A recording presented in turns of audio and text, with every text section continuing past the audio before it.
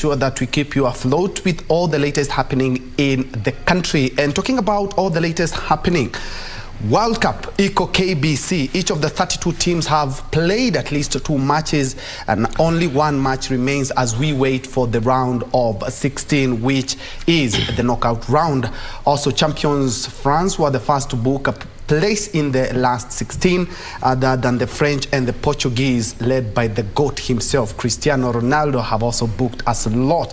We're talking about slots. African teams have mixed fortunes. Morocco having one of the best performances in World Cup, beat Belgium, and other 4 teams have also a realistic chance of moving on to the round of 16 or the knockout round.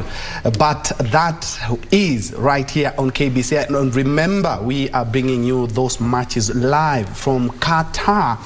And the action is in Qatar. But, of course, you tune in to KBC Channel 1 and all the action free and very, very entertaining. Away from that, a lot is also happening here in the country. We still, despite the rains, we still have the ongoing drought. We also have a lot happening in the political and social spheres, and those will form bulk of what we will be discussing on this show. Thank you indeed so much for joining us. My name is Bentro Njue, and my colleague Susan Thuku. Okay, my director informed me who exactly we have for the sign language interpretation, but thank you so much for joining us. In the first hour, we're talking about something that has affected almost everyone in the world, but it depends on how you have been affected. Talking about the drought. The northern part of Kenya has been worst affected, but the Horn of Africa has been worst affected by drought, which has been caused by a number of factors, which we'll be looking at a little bit later. But the government has stepped up its efforts to ensure that Kenyans have food in all the corners. And despite that, it's more or less like overwhelming, because the government has also engaged other partners, including development partners and also well-wishers, Kenyans like you, to assist alleviate the suffering of our brothers and sisters in the over 30 counties where food is needed. And something else that has come up, talking about development partners and friends, I'm also joined now by a friend who is helping out in any way he can. Well, he started out as a philanthropist, but has grown in leaps and bounds to accommodate a lot. He has a hospital, a school, helps the orphans, the widows.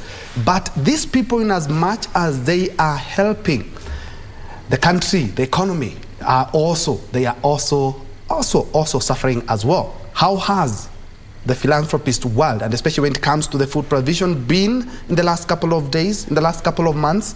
Well, joining us now is Newton Ogada. Newton Ogada is the director of God Will Provide Orphanage Home, and also has a hospital and school in Oyugis. Newton, karibu sana my brother. Thank you. It's been a while. It's long. I don't know what happened. The house is even bigger now, right? Yeah, it's nice. We also have a studio here because of the World Cup as well. Yes. How have things been? Because, just be honest, in as much as you guys get your money, wherever you get your money, things have been a little bit tighter. Yes. Cost of fuel, recession, drought. You operate an orphanage and a home that gives hope and material things to people, but the recession has also hit you. Or how have been things? It's not easy as before. I think when I was here last few years, we were talking about the life, but now the life is not the life that we've been talking about.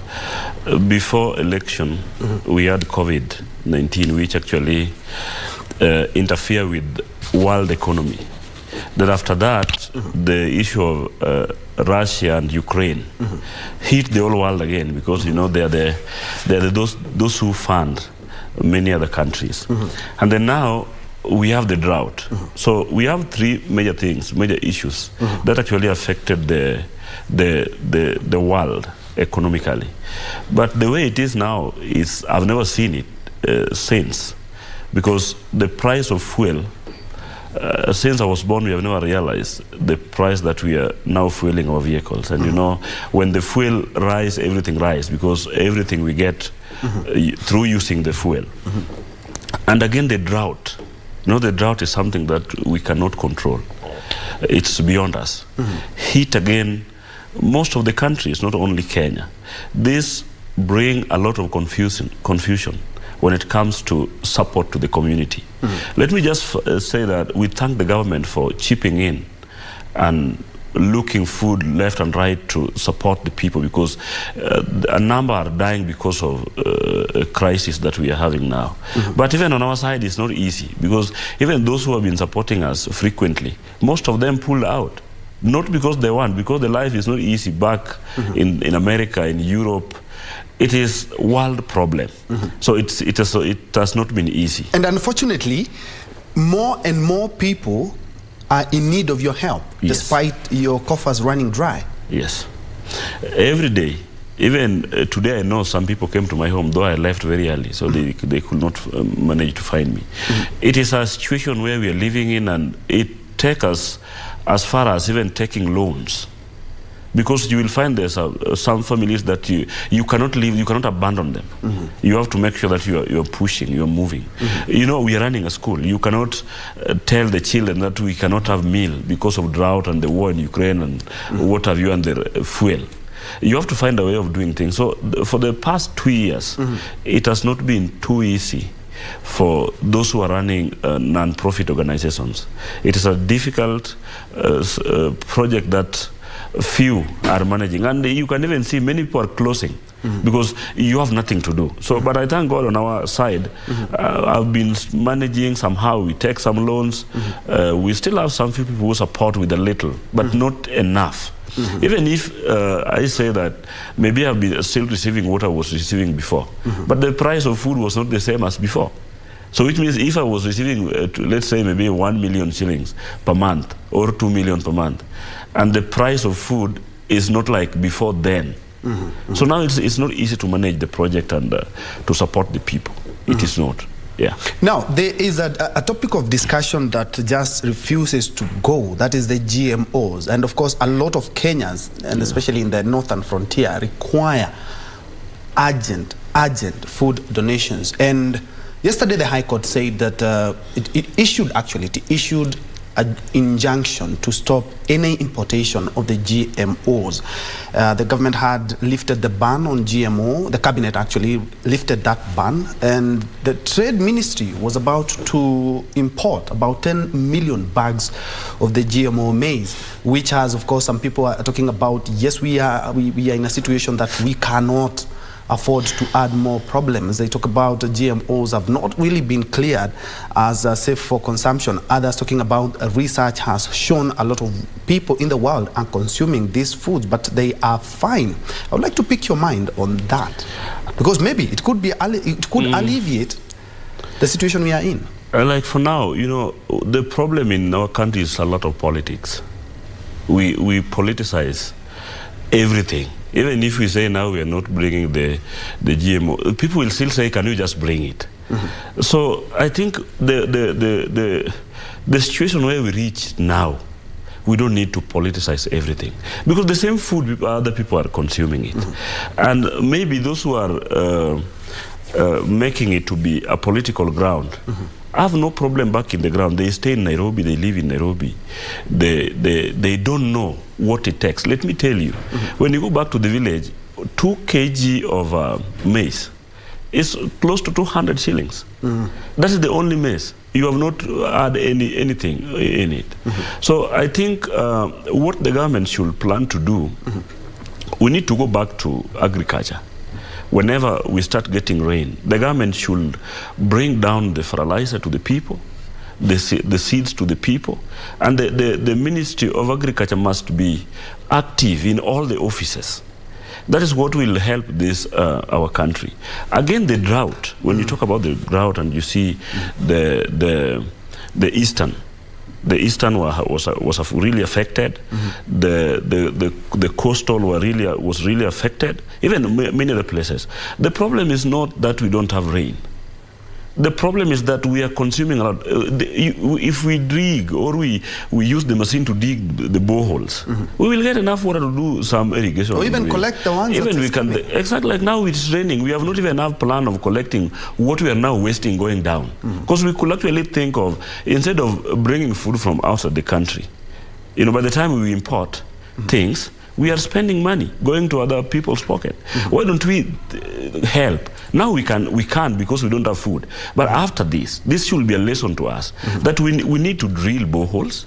We need to find a way of doing irrigation. We need even to collect the rain, the water that we are getting from rain, so that in the next season when we are being affected again, then we will not have all these problems. We will have food. And this economy will forever collapse if you cannot manage the food security in this country.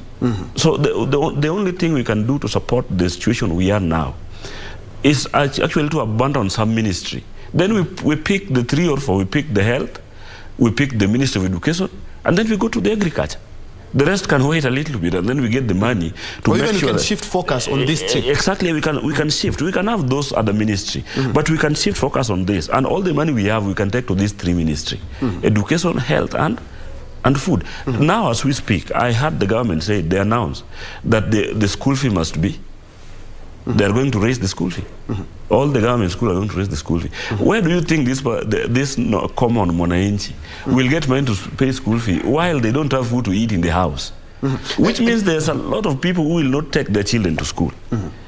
Health-wise, if you go to the hospital, there's no medicine. You don't know where the medicine went. So maybe you don't have food to eat. You don't have money to pay school fee.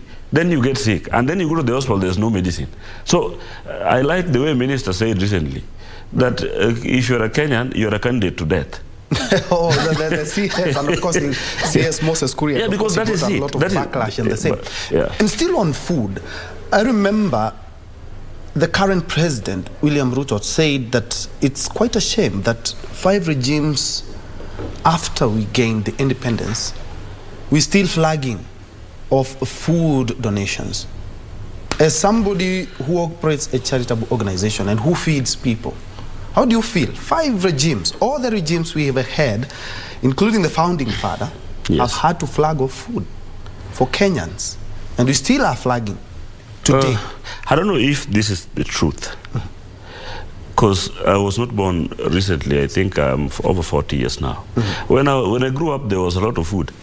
People were doing a lot of agriculture, and we did not even use the fertilizer on doing plantation. And we used to harvest and put them still in the farms. Now you cannot harvest and leave your harvest in the farm. I remember we were leaving our maize in the farm for a week, and nobody was there even to pick one.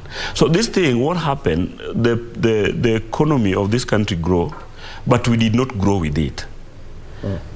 You know, when the economy is growing and you're not growing with it, expect the problem. You will never hide. What we should do as the people of this Republic of Kenya, we should grow with how life is growing. In the 3 governments, Moi government, Kibaki government, Uhuru government, and Ruto's government, Ruto has been there. He was a member of parliament, he was Minister of Agriculture, he has been a deputy president, he was a Minister of Education, and now he's the president. If there's something which they were supposed to do, they could have done it during his time because he has been there. Don't you think maybe we are supposed to prioritize some of these things? Maybe a practical example is what? Like the way we had the plastic paper ban. Of course, it hasn't been effectively it's not been effective in eradicating plastic bags, but it has shown some sense of environmental protection. So in the same way, all the regimes, if they prioritized food production in the country, just like President William Ruto is now doing 5 regimes later, maybe we could be having a different country altogether. No, I don't think if that is how it should be, because during Kenyatta there was food. So there was no But we also have to look at the population as well. What they were doing during then, we were not many as now. What Kenyatta did was to implement things which were not there. There were no roads. There were no schools. You know, when Moi took over the power for 24 years, he focused on other things, like he focused on dairy farming, he focused on many other things, he focused on Nyayo, whatever, what he was doing. When Kibaki took over the power, he tried to modernize the country on this freeway, all what he could do, the CDF, the bursary, the free primary education. Because during then there was some sense that you can still have a farm and you do plantation. There was no reason to focus too much. But the problem that we had, that we did not grow with the economy. By the time there is a change or a regime, we need to grow up with it. By the time, you know, we remember when we start learning about the e-learning, the computers came and all this network system. We did not grow up. There was no good education. That now we are coming out from using fertilizer, from planting without using any fertilizer. But now we are coming to start using fertilizer. There's somebody who introduced fertilizer. So the problem that we did not focus. Okay, we already introduced the fertilizer to make us harvest in a big way.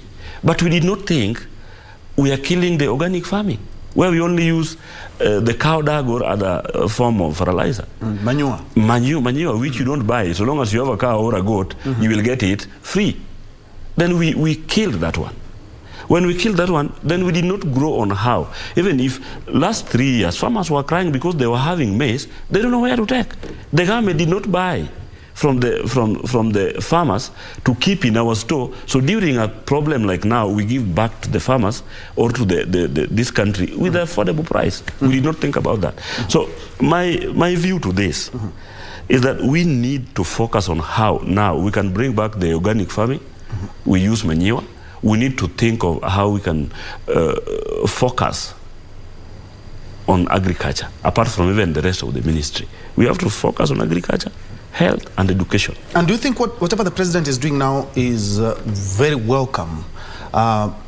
First things first, the first day he got into office, he said that we are subsidizing the fertilizer and we are going to build 1,000 more dams in a number of years, and actually mapped out at least 100 already mapped up, but he targets around 1,000 to collect all the water. Maybe this could change the fortunes of the country. I agree with the president on what he's trying to do. So long as there's no politics in it. I'm not a politician, so I'm against it when it is too much. So long as there's no political side in it.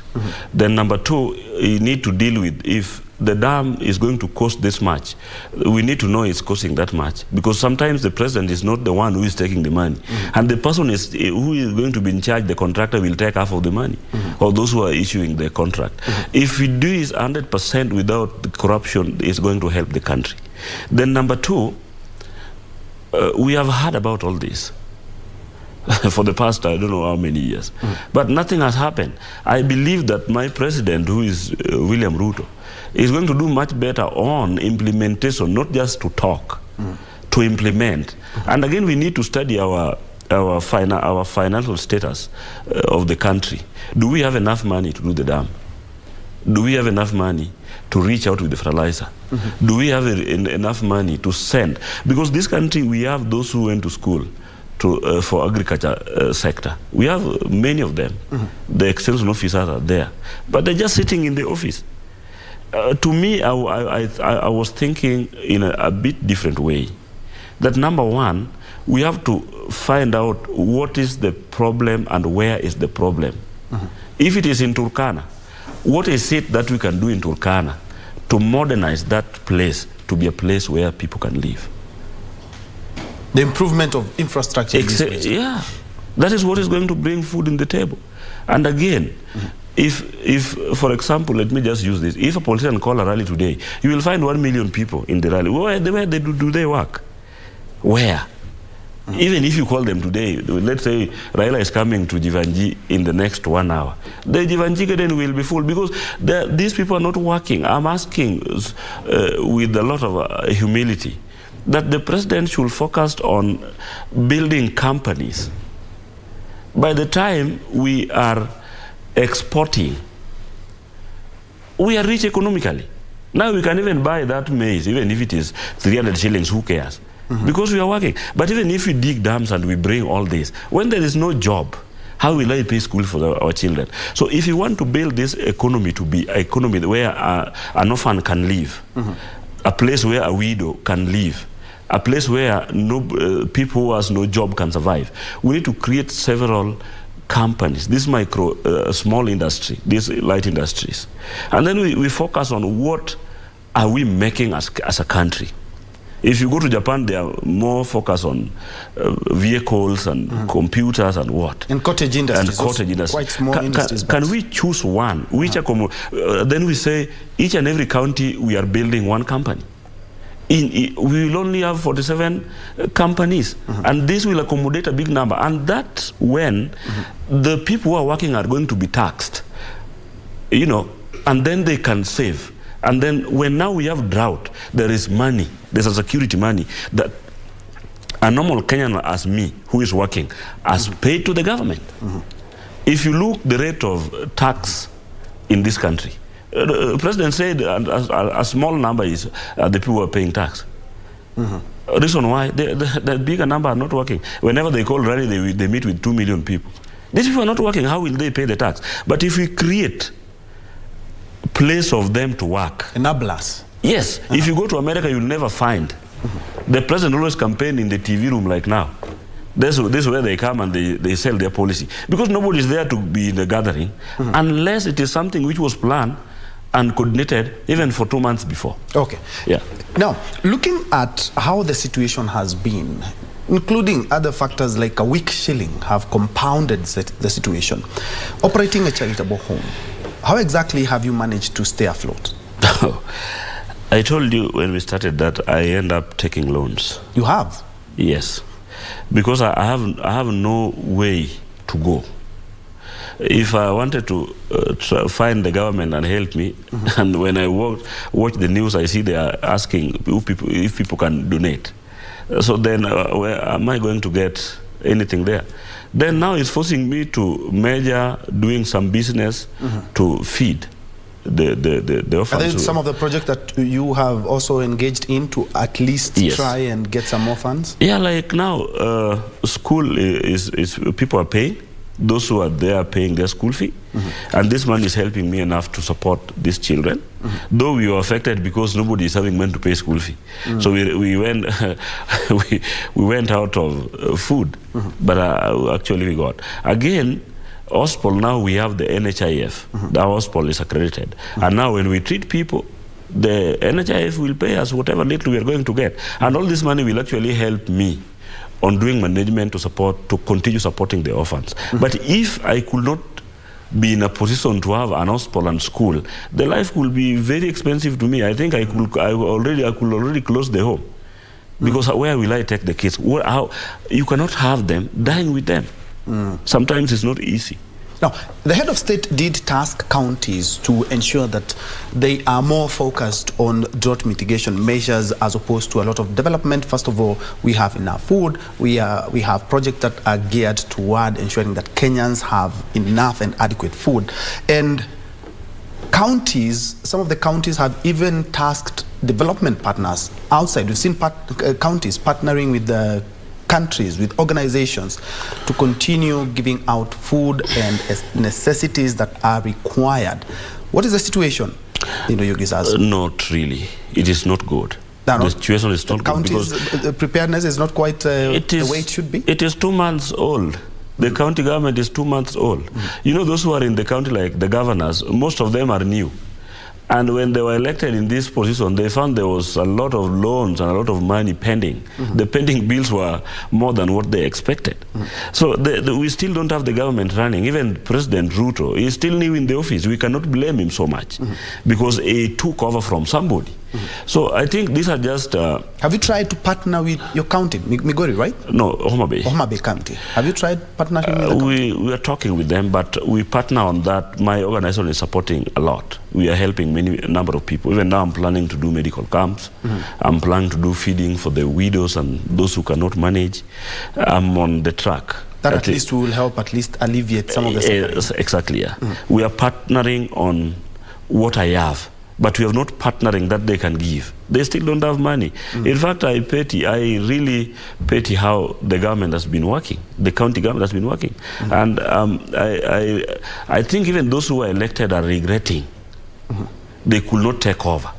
Because if you get an office where there's no money, and instead of whatever you're receiving, you're paying loans and you're paying the contractors, and it is not easy even for them. So at times we don't bother them so much, but we do what can help the situation as per now. Yeah. And in case you just joined us, this is the great KBC, and this is News Check, where we are looking at a number of factors, and especially when it comes to philanthropists in the midst of a drought, recession, weak shilling, all of that. In the second hour, we will be talking about the state of the nation, where we also will be looking at some of these things that are compounding the things in the country, including the politics of the day and also some of the socio-economic activities currently in the nation. But for now, we are with Newton Ogada, who is the director of God Will Provide, all the way from Homa Bay County. Now, the last time we were with you, you talked about cases of gender-based violence. Yes. Teenage pregnancies, more orphans and more widows. Yes. How is the situation now, and especially when it comes to the GBVs, the gender-based violence cases that you are handling? It's adding up. When there's a crisis of food and all other things, people do a lot of stupid things. This is the time that the evil people take advantage of using these girls and women. They take, because they can give them few shillings to go and feed back their children. In Homa Bay County, I tried. We actually ran our mentorship program for a while now, and we have been engaging more girls on supporting with medical, with the sanitary towels, and again the hygiene, and we are trying to make sure that they understand. And health talks, we are doing them still. But the number is still adding up because of the situation we are now. It is not easy for some families to feed themselves.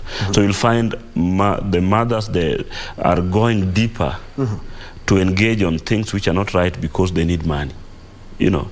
But this, I think, only God will help. We will try as human, but there's a section that now you leave to God to change the mindset of a human being, because mindset is a challenge to each and every person. So we are still doing it, we are still handling it. Like when I go back home, we are going to organize for the girls training after they finish, because we have those who are doing class 8, we have those who are doing Form 4, they will be at home for 2 months. Yeah. So we are going to engage again so hard in the ground to make sure that we mentor them not to engage on things which will not help their life in the future. Yes. And talking about a philanthropist, yes, you're one of them. Bill Gates was here, I think, a week and a half ago. And we also have, incidentally, I was reading an article about a 10-year-old philanthropist who is marshalling from Kenya. Actually, her name is Aline Akinyi. Yes. Who is a philanthropist. And you've talked about mentorship. One thing people think about when you talk about philanthropists is somebody who has a lots of money, who has lots of wealth, but it's about giving. 10-year-old, she has actually been shortlisted for an international award just because of the little things that she is she's able to do. She's actually almost the age of my daughter, but she's able to marshal people, talk to people, and whatever she has, she's able to share that. You know, people take us in a different way. When people see us supporting or helping, they think we have the money. I wish they could learn the stress we have. When I joined this organization, even when I left what I was doing and joined to support people, I was having black hair, but now I have gray hair all over. Reason, you cannot sleep in your house like any other person.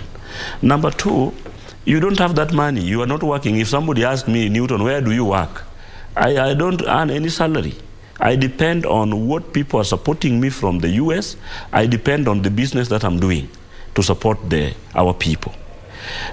The heart that God has given to us is understandable.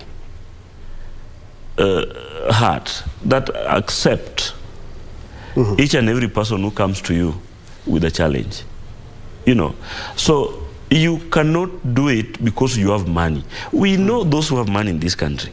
If you drive here, all these buildings belongs to other people. Even if you follow them, you might find that they have not supported even one person apart from their family members. You know, so it's not about the money or what you have as a person. It's the heart and the understanding of God that when you have, you share. You know, the Bible talks about love. How do you love your neighbor when they are dying because of food? How will you say you love when the neighbors are not going to school because of school fee? How do you say you love and somebody is dying because of money and you can take this person to the hospital? So it is not about how much you have. It's about the heart. Then when your heart is open to accommodate all these challenges, then God will send the people to help you support these people. And it's so easy. People will say, Newton, we are supporting you. Newton, I'm sending you this money. Because it is not mine. Then you must accept that you are born and you will die. You must have that in your mind. And by the time you will die, you will never go with anything. You will never know even the clothes you are wearing when you are going back to the grave. So why should you keep all your money in bank and build all the properties while you're not going with them anywhere? People are not opening their hearts. Yeah, they don't. So to give is not how much you have. It is the heart. The heart. Yes. Now, talking of the heart, and it's something that I had mentioned earlier, billionaire philanthropist Bill Gates and Melinda Gates, they operate the Bill Gates Foundation. Yeah. And they were here and they promised about $7 billion in the sub-Saharan Africa to tackle issues like drought, poverty, and stuff like that. And in as much as we welcome these philanthropists, some pundits have argued that their aid always have a string attached. Maybe you're supposed to put it around your neck. What I mean is that they kind of have interests in as much as they do help. Have you seen that? Because you have a number of international donors who fund your charitable organization. It's funny. Me, I always have only friends who are actually supporting me. When they support me, they don't need anything back. But again, African countries, it's not abusive language, but let me just use it. If you have chicken in your compound and you give them maize, they will just eat, but they will never think that tomorrow will be another day. They just eat, and the leftover they will just leave there and run away. We are reaching to a point that the NGOs who support this country will stop. Whenever money comes, like the huge amount of money like what we are talking about from Bill Gates, 90% will not go to the organization, exactly. Yeah. You will find only 20% reaches the people. Then 80% remain to the rich. If we don't understand that maybe the Lord sent Bill Gates to support the situation, does not mean that Bill Gates has a lot. That's why I think there's some restriction that now Bill Gates is putting on. If I've been giving you a lot and I don't see any, then I have to put some laws. I have to get something back, or I have to do something to help tomorrow. So I don't see anything wrong with that. So long as he's ready to support and we're ready to give back, we have no problem. Because this is our country, including me. We are like, we don't think there's a generation who are coming tomorrow, and we don't even think that there will be tomorrow again. We are eating everything. Like now we are talking about the drought, and that's the main issue here. What happened with what we got 2 years, 3 years, 5 years ago? We ate all. We did not even think tomorrow there will be another drought. Even now, President is trying to bring food in the country, is trying to do the dams and what have you, is speaking every day. But next year you will see we are repeating the same thing because we eat all. Yeah. Indeed. And at about half an hour past, we're taking a quick breather, but when we come back we still have more to discuss, because looking at NGOs, you also guys need to be audited. We have seen some of the NGOs and charitable organizations being shut down because they have not complied with some of the requirements by the government. We'll be talking about that, who audits you, how the value chain, chain in terms of how you get the money and also how you distribute that, because at the end of the day these donors also want to see a lot of their money, just like you said, Bill Gates wants to see his $7 billion being used in the sub-Saharan Africa for the intended purpose. But let's take that quick breather, but we'll be right back.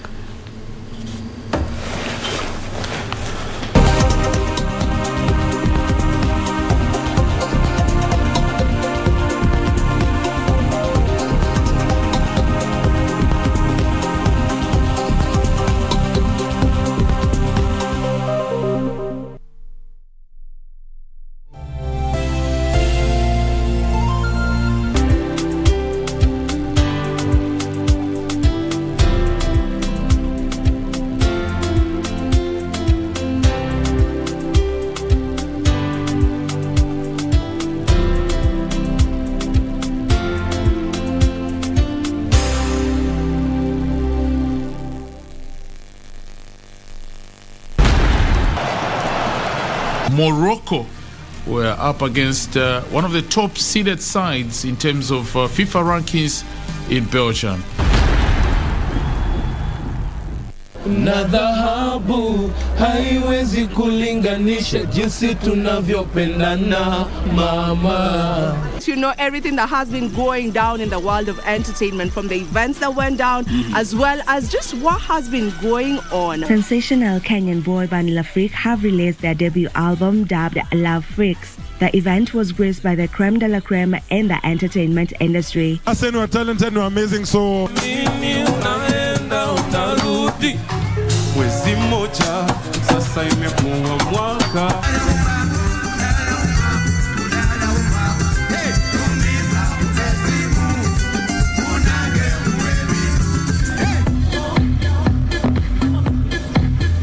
My name is Brian Kihinda.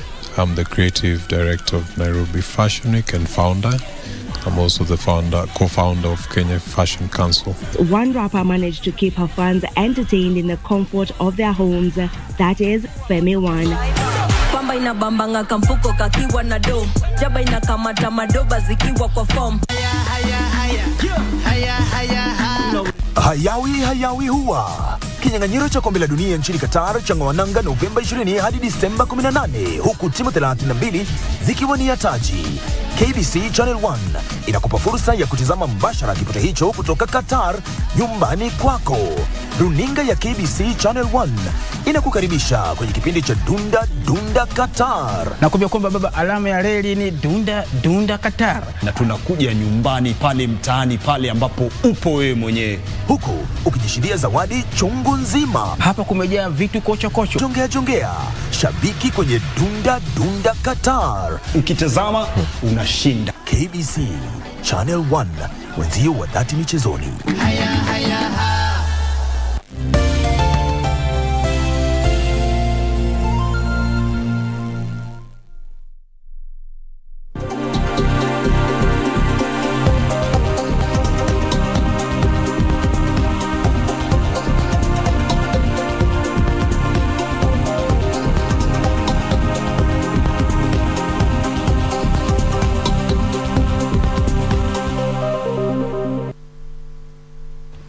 Welcome back to KBC News Check. Thank you so much for joining us. Remember, we are also live on all our social media spaces. And in this first hour, we are looking at philanthropy amidst a myriad of challenges in the country. Mention drought, mention economy, mention weak shilling, all that. But there are still a few people with a big heart who are ready to share whatever they have. But they also have challenges as well. And that is why we have Philanthropist and the director of God Will Provide Home, which is in Oyugis, Homa Bay County, Newton Ogada. And before the break, Newton, we were talking about the audit, because at the end of the day, in as much as the foreign aid is coming in, and the development partners and friends that you have, maybe in the USA and other countries, they also want to know, how is my money being spent? That is one. Secondly, the government had, I think it's a couple of years back, raised the red flag in terms of some of the homes and orphanages that were being operated, and even had to shut down some because of cases of not really treating the kids well, and even some cause of abuse. I'd like to pick your mind on that. We It depends with the passion that you have. If you're the passion of the kids, they are your children. The way you feed your children back in the house is the way you will feed the other orphans. Like, for example, in your orphanage, what numbers are we talking about? 100. 100 kids? Yes. Okay. We're talking a big number. And again, I have other kids who are not orphans. We're still staying with them. The way they live at home is different. So they're worse than even the orphans at times. What has been happening in orphanage homes that I've heard and I've watched in the news, that the directors and the owners are misbehaving with funds and even abuse the children. Those people are evil people. It was not their call. You know, anything you're doing is a calling. The way you interview me all the time is a call. The way you do it, we love it. I cannot do it the same way you do it. And there are some people who are doing it because they see somebody's doing it and succeeding. They have never ulterior motives as well. Yes, they have never think of I will die tomorrow and maybe my children will remain orphan. The way I'm treating this is how the other people will treat mine. I can be alive and I lost all my sons and they leave their children. Their children will be the orphans and somebody will try to help. Will I want my grandchildren to be treated the same way I am treated this one? If you find the answer is no, then you have to do right to the children. My organization, when we began, we were taking children to a public school. I'm not saying that public is not doing good job in education. They're doing good job because even us, we're a product of public schools. Well. Yes. But I wanted something different. I started my school. Now they are getting what I want them to get, and I'm supervising that much. Reason why we have an hospital, Beryl's Medical Hospital, I think I told you about it. Yes. It's about the orphan. I met an orphan who was sick, and nobody was there to take care of this girl. Her name was Beryl. So I took care of this girl. Later she died. Very unfortunate. It's unfortunate. Then, after the death, I named the hospital by her name, the love of the child. Beryl is not my wife or my mother or any other white from America or Donna. No. Beryl is the name of a child who died because of negligence. You see, I tried my level best, but I could not manage. So I started to support our children. The children who has nobody to look into their health status. You see, so this actually come when you're not doing the right thing at the same time. You know, so those who have been doing this, I think the government once said they are going to close all the orphanages. Yeah, there's a time they had really acted tough in terms of this. And do you believe that the laws that are there and the follow-up in regards to orphanages and children's home is quite to the point? They came to my home. They did? The government came to my home, my orphanage home. Instead of doing their inspection, they say, Newton, we have nothing to inspect. But what we can tell you, congratulations and move on. We cannot even attempt to close. One day you will send your people in the ground and you will see a picture of how I manage my home.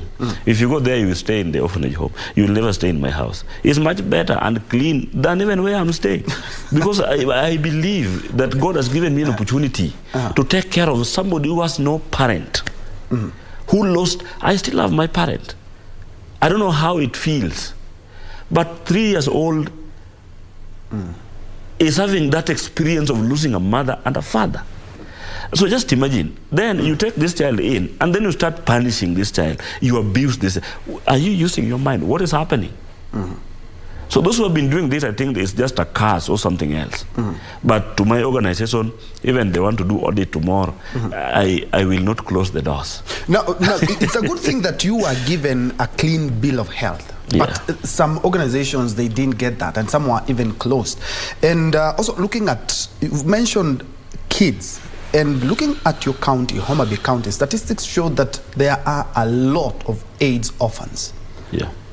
And the government has tried at least to do what they can to the National AIDS Council. They've tried to rope in some more donors and also some partners as well. How is the situation now? It is because even now... Because I remember the last time we were talking about that. A lot of orphans orphaned by HIV and AIDS?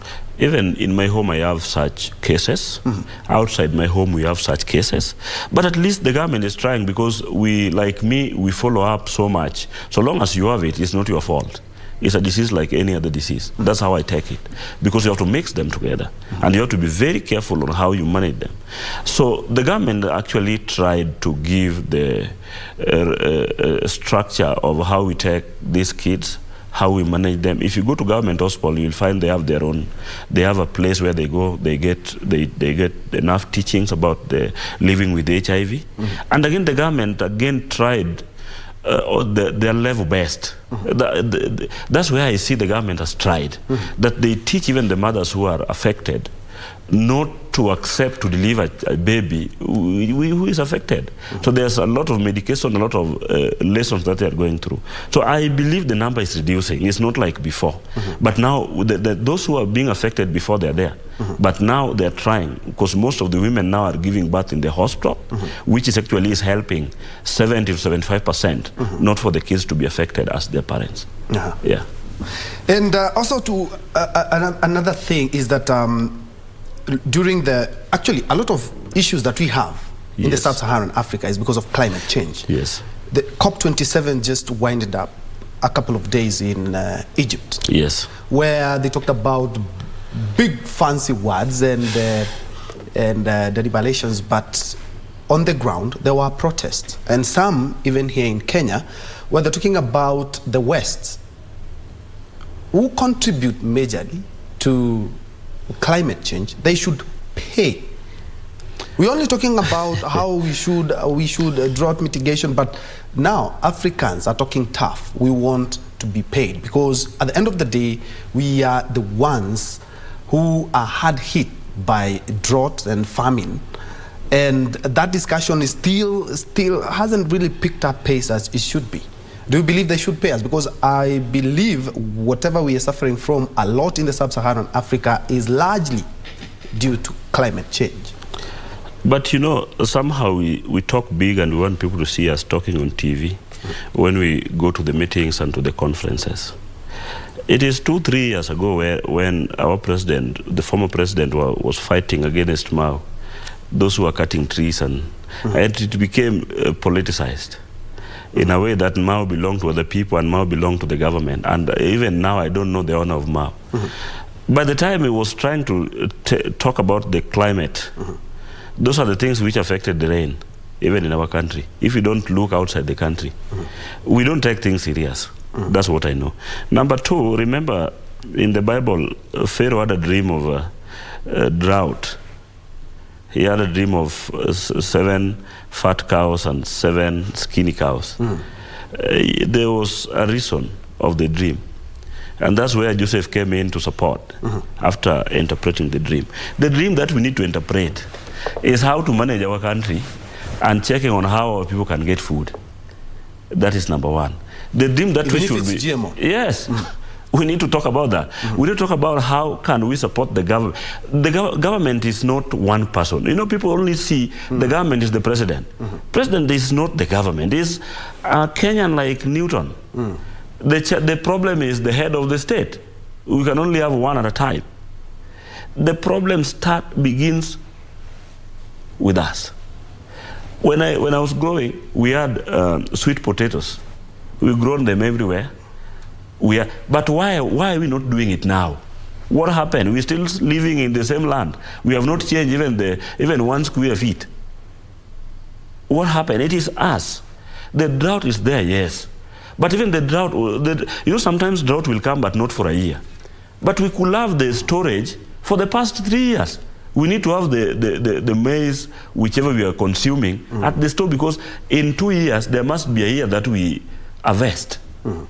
Where did we take all what we harvested? We sold them at a cheaper price. Then when the drought comes, we have nothing to eat. Then we start crying, the government, the government, the government. This drought, we need to start changing it from the ground. That's why... I do support that, because looking at when I was growing up, breakfasts, usually we did the sweet potatoes, the ndomas, the cassavas. Yes. And the day that I remember that we were supposed to eat bread in the morning, it was quite exciting. Yes. And the bread was more expensive than the ngwashes and the ndomas that we have right now in the cassavas. But incidentally now, the ngwashes and the ndomas are now more expensive than the bread that we had been craving all our lifetime. So we need to change and refocus on how we produce our foods. Let me tell you, when I went back home to start working there, I noticed there's no need of starving even in Nairobi. In my home, I have cows. I milk several cows. We get 30, 40 liters in a day. I'm not buying milk. I don't know the price of milk per box. Even one, I don't know, because I have enough. I have banana. I even now planting some banana as we speak. Which means we can do without bread. We can do without milk from the shop. We are doing without, even my school. We don't buy vegetables because we have them. And you will find your immediate neighbor is buying it from you and is not working. It is us, not the government. Now it is raining. What are we doing with rain? We are not even learned that the economy is collapsing because the weak shilling that we have. But let me ask you a question before we wind up. If you take breakfast, you take porridge and sweet potato, how much have you spent? Right now, it's quite expensive. No, if you plant it, if you have it. Nothing. Nothing. Yeah. If you take your tea, maybe strong tea, with banana, how much have you spent? A little to nothing. Zero. You have not spent money. When it comes to lunch, maybe you still have some maize, and you get your vegetables from your farm. These vegetables, you don't use even the cooking oil. You use the oil from the milk that you milked from your cow. You use, and that's the best milk we have because it's still, there's no chemical in it. How much have you spent? Not completely zero. But we are growing with the economy in a different way. We went back to start buying bread. We want to eat chapati. We want to make sure that we roasted our food with cooking oil from different companies. We even know the companies. We know that I cannot buy this company. I have to buy this imported cereals as well. You see, and then now we are crying about GM, right? But where do the oil you're eating? Who told you it's 100% good? It must have some preservation in it, which is a chemical. You know, so it is us who are growing in different way with the economy, with the way economy is growing, and then we keep on complaining a lot. I'm feeding over 300-400 kids a day because I have some kids from outside at the school. But I don't buy vegetables. What if I was buying the vegetables again? So when drought is hitting us, we cry about the government. It is not the government, it is you. When I was young, around 10, 11 years, my mom sent me to go and buy vegetables, skuma wiki from a certain grandpa. And she gave me a little bit, and I complained, why are you giving me small? And she asked me, the rain which was raining in my compound did not rain in your compound. And I still remember that. When I went home, I did a lot of vegetable plantation. Yeah, because she told me the truth. Yes. I am lazy sleeping. She is 60 years old, 70 years old, and having vegetables. When I go to buy from her, I still complain. So what is affecting the country now is not the government. It's not even Uhuru's government. It's not Ruto's government. It is us, our people. Okay. Before we also wind up, I would like you to look inside this camera and talk to Kenyans. I do remember a couple of years back, we had Kenyans for Kenya. We contributed 10 bob, 50 bob, 1,000, and it hit 1 billion shillings, and we helped our brothers who were starving back then. Such initiatives, in as much as we are seeing them now, they should have been scaled up by now. Talk to Kenyans on how they should actually be helping other Kenyans, because a 10-year-old is a philanthropist who has an award in waiting, I should say. Yes, thank you. As I speak with the Kenyans, our fellow Kenyans, I am just a person like any other person, and I'm trying to make sure that I reach whenever there is need with whatever little I have. A time has come that we have to forget about our selfishness. We have to give whatever little we have to other people to support them in the crisis that we are having today. Most of people are complaining about we are starving, but they still have 3 meals in a day. But we have against other people now who cannot afford one meal in a day. They are dying, they have sickness, they cannot support themselves, or they cannot stand on their feet. I'm just talking as a person who is doing the same job, that we need to think on how we can help ourselves, and we need to understand the president. If they cry and they ask us to donate something, please donate. What you're donating maybe can be a blessing to your family tomorrow. Because what you're giving today, remember it will come back tomorrow or the other day to your children, your grandchildren, or in the future. Those will be after you. So please, Kenyans, I'm just talking to you widely enough that I am out campaigning. To those who can support, let's support whenever we can support. You can support the government through whatever pay bill they give. You can support other NGOs, and you can even support your neighbor. You don't need to go and send money to the government or to Newton so that we know you are supporting.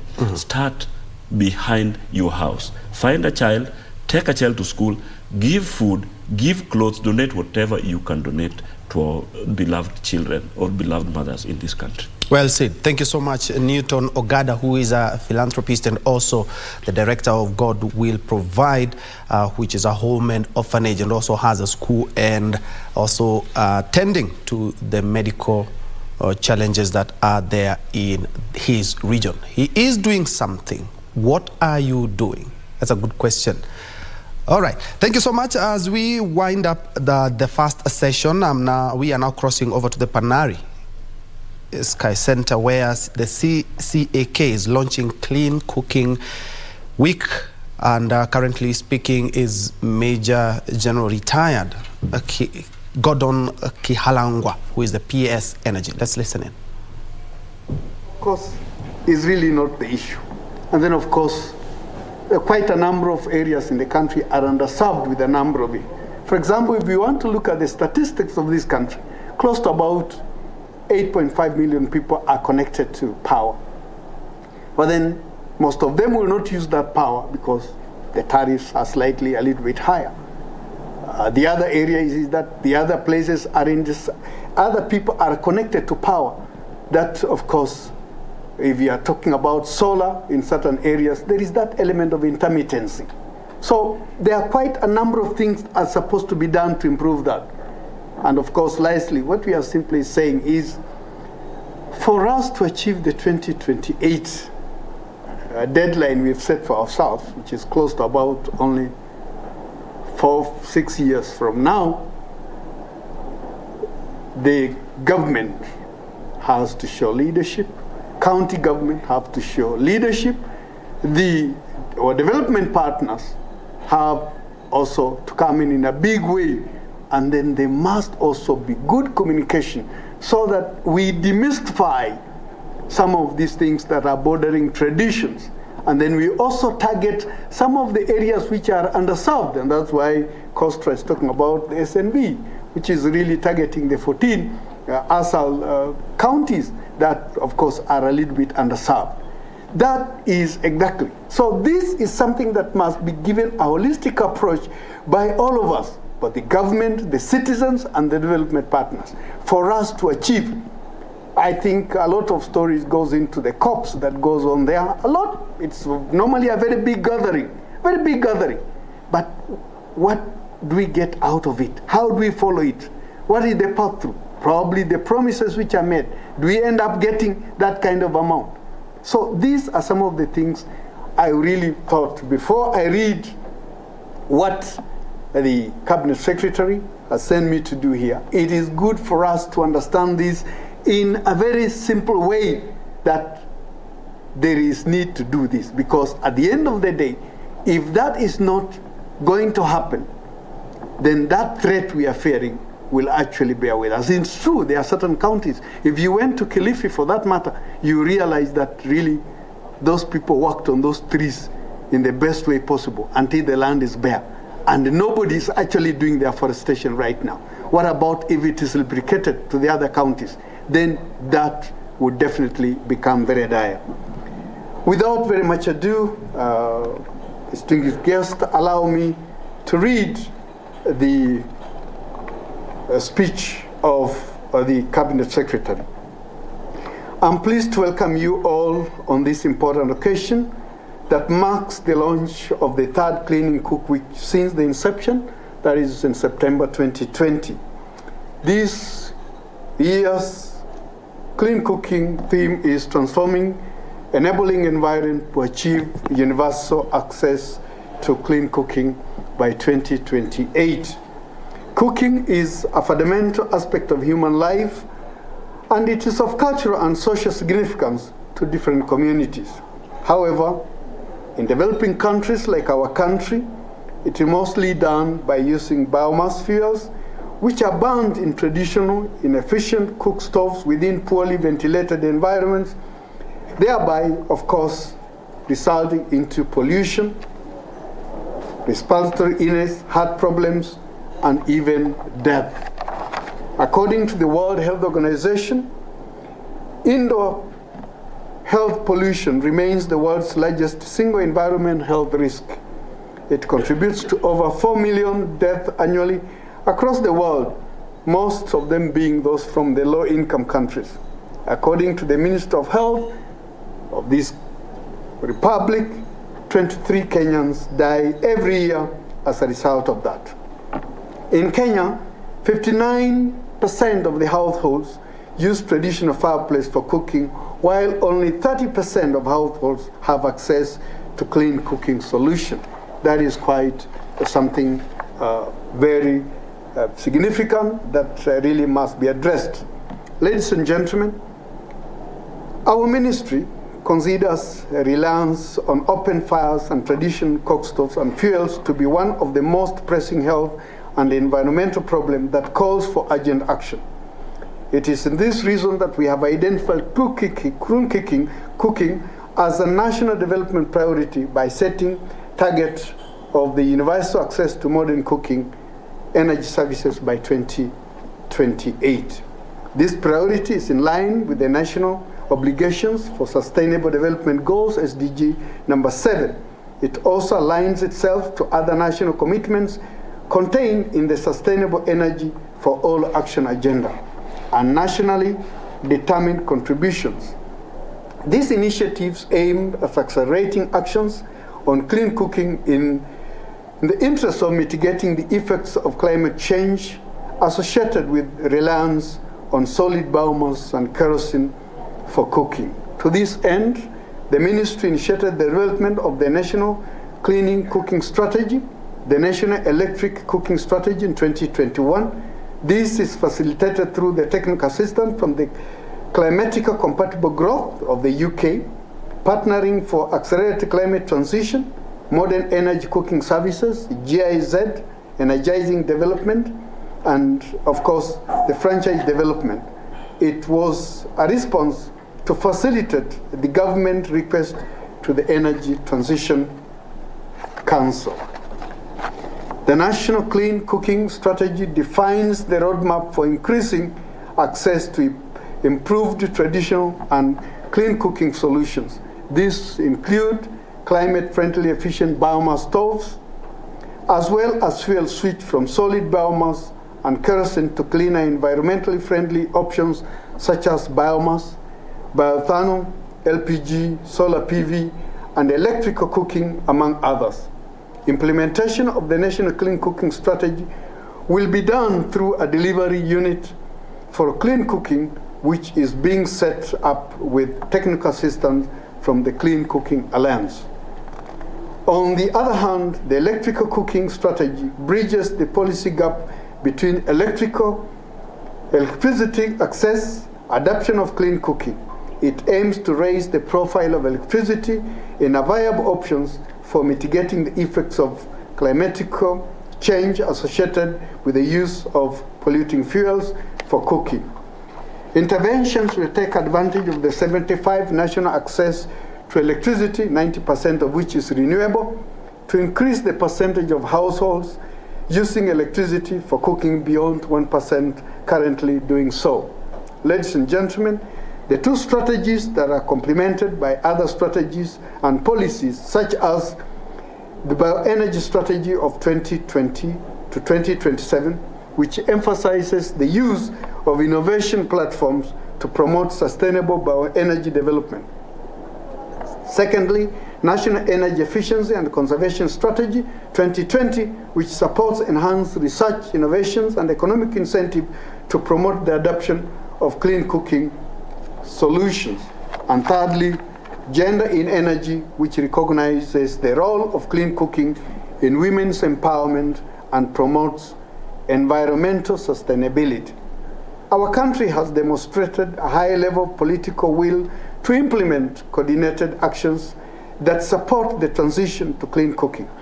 It has also ensured that the same is incorporated in the National Integrated Energy Planning and Budget implementation of the Kenya Clean Cooking Energy Compact 2021, commits Kenya to ensure the availability of a valuable enabling environment, strengthen supply, and stimulate demand for clean cooking fuels and technologies, in addition to addressing the cross-cutting issues by 2030. Ladies and gentlemen, the partnership with Clean Cooking Association of Kenya and with support from the partners, we have since 2020 been hosting this event week with the objective of raising visibility of clean cooking initiatives at the national and county level.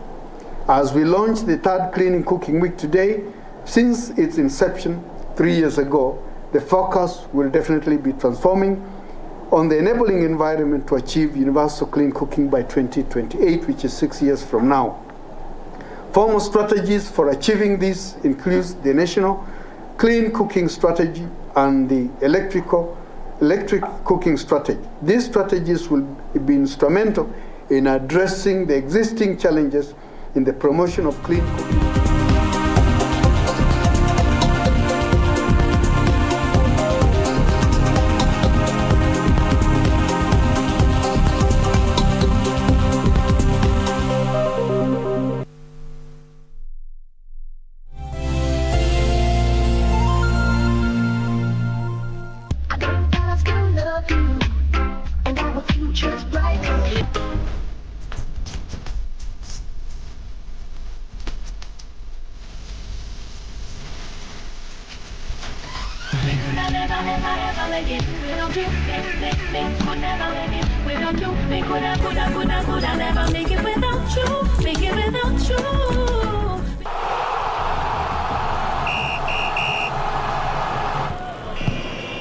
Joshua Kimmich sent it in! Tony Rudiger's there! Powerful header! But the joy's short-lived. The check is over, and unfortunately, he's just strayed the wrong side of the line. The delivery is fantastic, and Rudiger's header is... Short-lived celebrations for the Moroccans, as they were judged to have been offside, because Saisi was offside. VAR had to come in and the goal could not count. One-on-ones cannot come through because of the many players that are in their own half. But now Musiala, second booking we've got here, and the first one for the Spanish side. Abri. Second ball was supposed to have been made for Kimishi, but again, the cards are beginning to come out. So far, it's the yellow ones.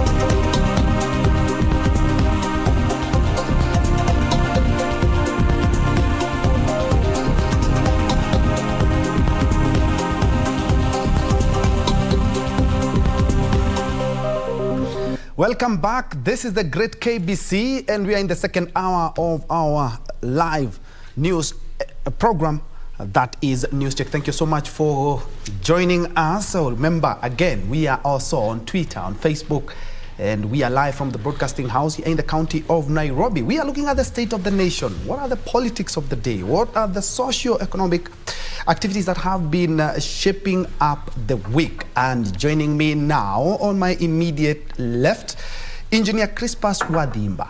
Engineer is a principal consultant infrastructure project and also a leadership and governance expert. Karibu sana engineer. Thank you so much for having me. Good to see you.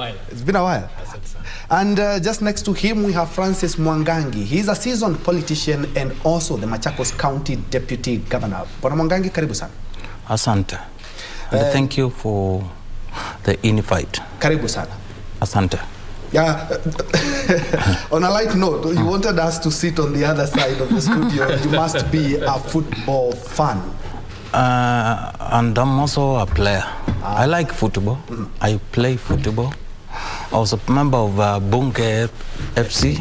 Yes. So, and it is a season of the World Cup, which is also the most famous sports extravaganza. Live on KBC. Which team are you supporting?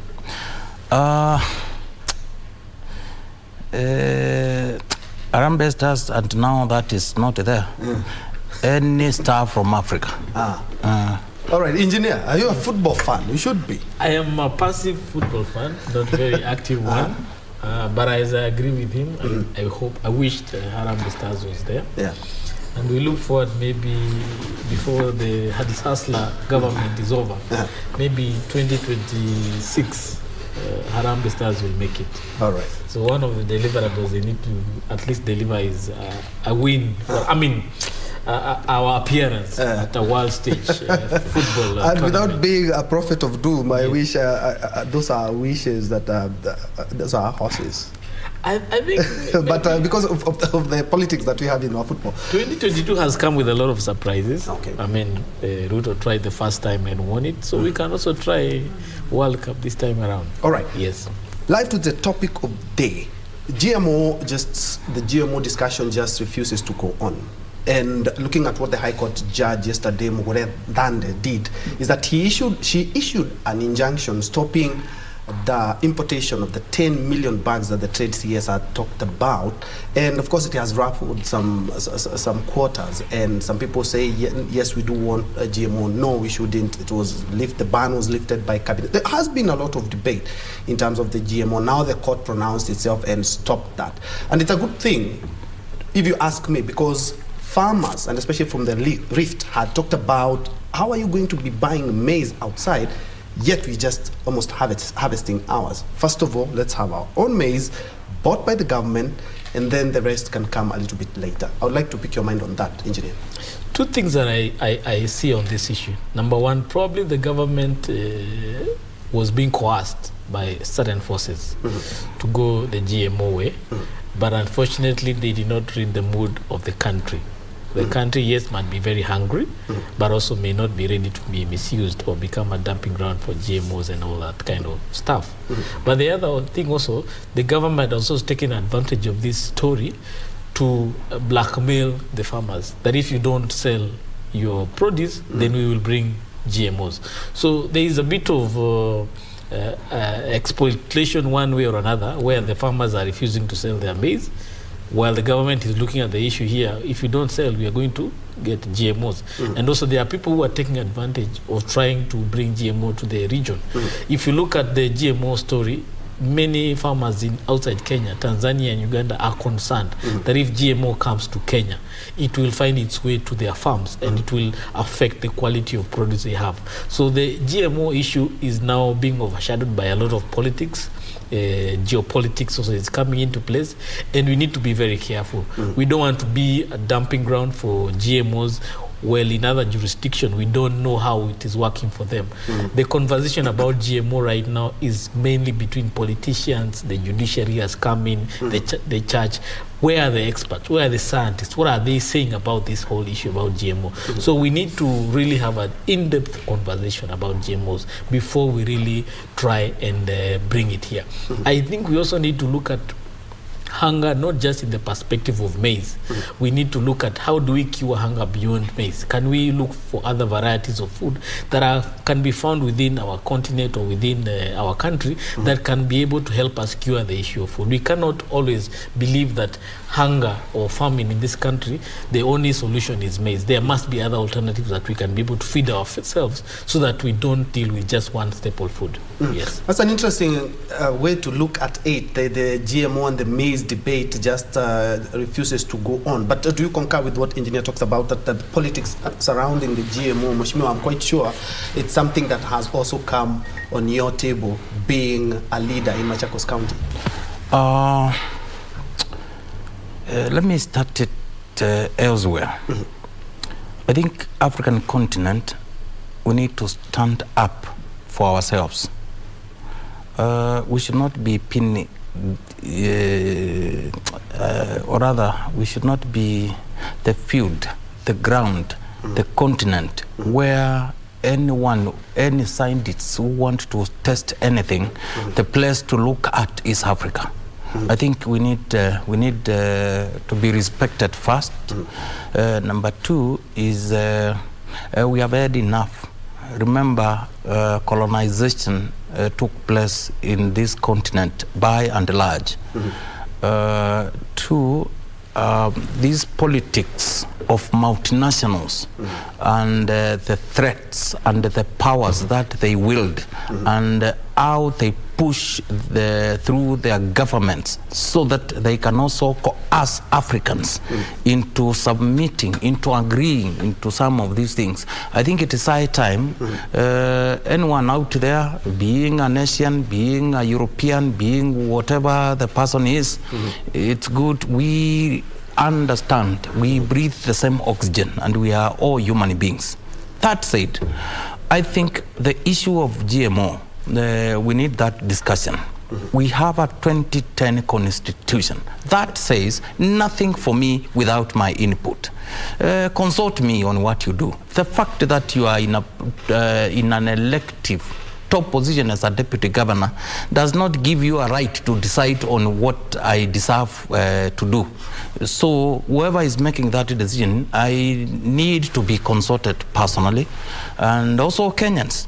I'm talking about public participation, public input, public engagement. It's very important. Finally, we have our scientists. We had an input in them, in educating them, in supporting them. Where are they? We need a discussion that is professionally led, not politically led. It's a good thing that he has talked about not politically led. And leaders from the Western region had talked about, indeed, yes, we don't want GMOs. Our farmers are just harvesting. And we also need, is it the high time that we need to restructure how we do maize in the country? You know, NCPB, the farmer knows that after 100 bags or 50 bags or 10 bags I have, I can take to NCPB. When will it come to a point that the market forces could determine how maize is in the country? They sell directly to millers. Do you think maybe that would be a solution? The farmers have still the option to sell to millers. The unfortunate thing is that sometimes millers take advantage of them and demand low prices, and therefore the government has to intervene through the National Produce and Cereals Board to be able to give farmers a better deal. And that's why you keep hearing in Northern Rift, they keep demanding, we want our maize to be bought at this price. But it's not that the millers or the brokers are not in place to buy that maize at whatever price. Sometimes, if you look at agriculture all over the world, whether you go to India, Australia, France, even here in Africa, no farmer is able to get a substantial or good reward for his work. It's always a very difficult a balance between governments trying to feed its people and the farmers making the most from farming. So governments always have to come in between and be able to support. Unfortunately, in this country, that space that the government is supposed to help is occupied by cartels, who in this case are called millers, who in cases are politicians, who in this case are financiers or trade commodity financiers, who want to make the most out of this space between the farmer and the consumer. So unfortunately, our government is being misused by certain forces to take advantage of the huge demand capacity Kenya has for maize meal, and yet the ability to produce by farmer is limited. Maybe it's limited by the fact that the government is also not investing in terms of supporting the farmers. We have devolved farming to county governments. What are the county governments to helping in terms of empowering our farmers so they can produce as much? If you want your farmer not to produce 5 bags per acre to go to 20 bags per acre, then you must do something. Is it technology that you need to do that? Is it an issue of changing the kind of fertilizer we are using? Is it the kind of farm practices that we are applying that we need to adjust? So therefore, we need to look at the responsibility of government in failing farmers to be able to produce as much as they're required. And that space is now being exploited by cartels who want to insist that because our farmers cannot produce enough, then we have to go and import maize from wherever it is, whether it's a GMO country or not, but that space is what is being misused. We fell into the same trap with sugar. Now we are trying to fall in the same trap with maize. We cannot afford. And that's why I'm also saying we need also to stop just depending on maize. If you go to our neighboring countries in Uganda, even South Sudan here, which has no farming, they don't depend on maize all the time. They have other varieties. So Uganda have bananas. Yes, they have a lot of. If you look at the starch content in their food, it's not just about ugali. There are many varieties that they apply there. And therefore, we need to say, if we eat 5 days of ugali, can we eat maybe 1 day or 2? And the other days we replace with something else. So that this over-reliance on one kind of food is where we are being exploited. Majority of our population are young people. So we can be able to change their taste or their kind of food they want to eat. But we cannot always rely on one type of food. That's where we are being exploited. Milk is an area we are being exploited. Sugarcane, we are already in that Already space. is a mess. Yes. And even in alcohol, it's only a few players who are providing this space. So we need to be able to spread the variety so that many players can come in and we can have a variety of food. And the GMO debate just refuses to go on, but for now we have to keep it aside and look at what Azimio talked about. You are elected on an Azimio ticket where the party leader, the Right Honorable former Prime Minister Raila Odinga, talked about having consultative meetings, which the government interprets to be more or less like demonstrations in regards to IEBC, the 4 commissioners who Parliament are seeking to eject from IEBC. I would like to take your views on that. You know, kindly allow me, I just make one comment on GMOs. Okay. The current God-given leadership in this country come from agricultural rich areas of this country. One of them, His Excellency the President, one time was a Minister for Agriculture. I remember the reforms that he brought. There is a paradox that makes me not to understand what is happening today, because food is rotting in central Kenya. North Rift food, a lot of maize is there. And on the other side of the country, northern part of the country and parts of eastern, people are literally even dying because of lack of food. I don't understand that kind of paradox. One, they have plenty. On the other side, they are lacking. And at the same time, we are saying we want to import. The question comes, are we valuing farmers from other countries more than the ones that we have? Secondly, why are we providing 4 markets for other countries' products at the expense of our own? Somewhere I read that at some point in this country, each area was known to grow what as far as agriculture was concerned. We knew which area was good for coffee, which area was good for animals, which area was good for tea and the likes. What are we doing?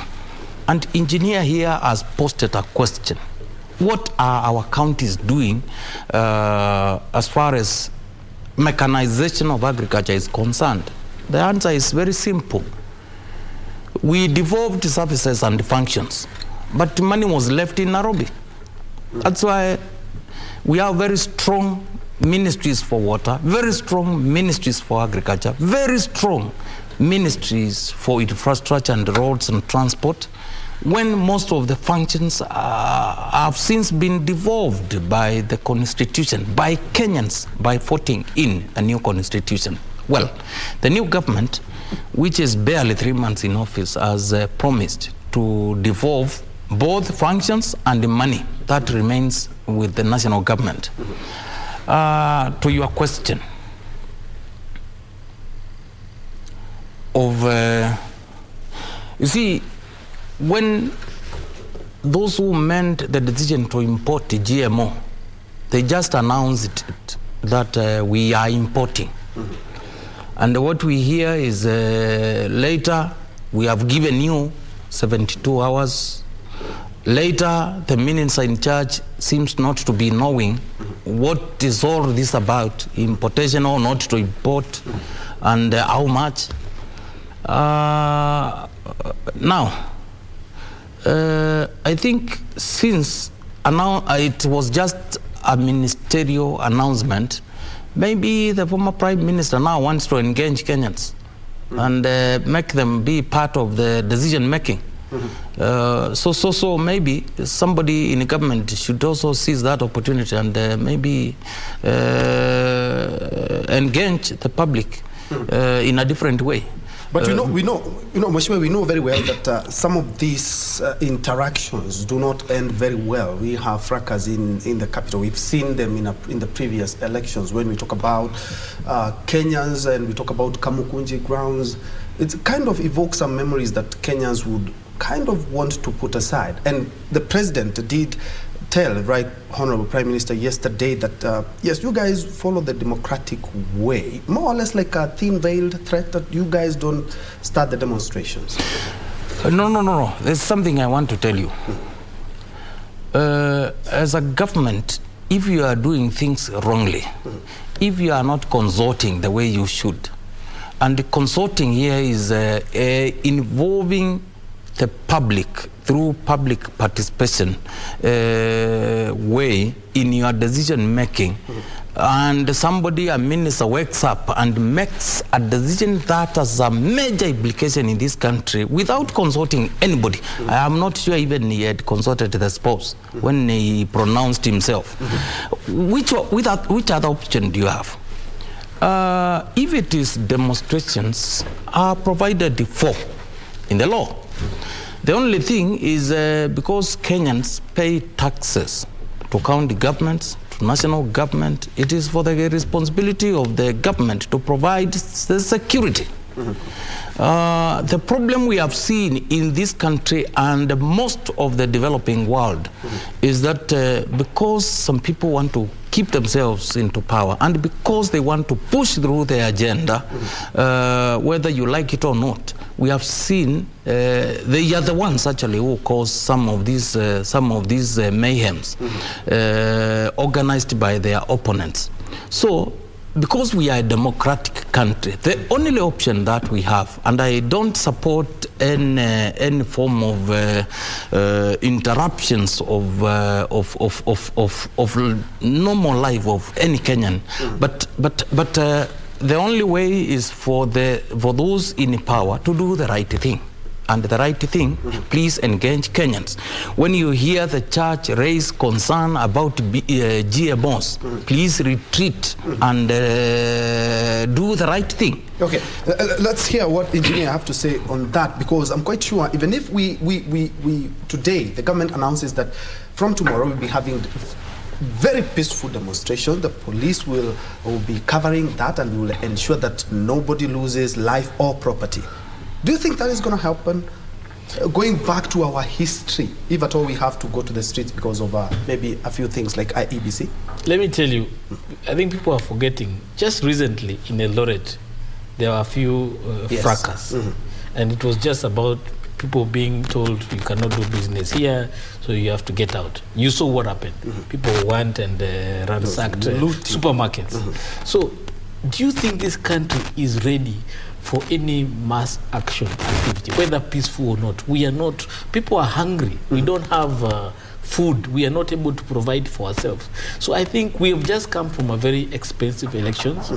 We have come from a very tense moments where we had to wait for a judicial pronouncement on who is president or not. We saw the scenes that bombers during the determination of that presidency. So the country is still not in a very calm state. Therefore, I would plead with the former Prime Minister. You have been the opposition leader. You have a very strong constituency. They have given you the mandate to be their voice. Marshal the elected leaders, have a conversation, because that's a responsibility you've been given. You're the people's representative. This business of public participation also is being exaggerated. You cannot say public participation requires every conversation is about a public rally. Public participation has to be organized. Meaning, you as elected leaders, you have a conversation. If you feel you're not agreeing as elected leaders, then go and consult other leaders at a lower level before you're now saying you're organizing mass action or public rally. Because organizing public rally now is an opportunity for people to take advantage. We've seen how we have had challenges of security, people being mugged. So if you're telling me you're going to converge 20, 30,000 people here peacefully, elements of insecurity will find their way in. You don't know what will happen. So therefore, I don't think it is right now ready for us to have mass action. I want to agree with the president that it is not the right way to go. You've been elected, you've just earned 1 or 2 months salary. We see you working on that salary? Yes. Can we see you having a conversation? Can we see debates in parliament?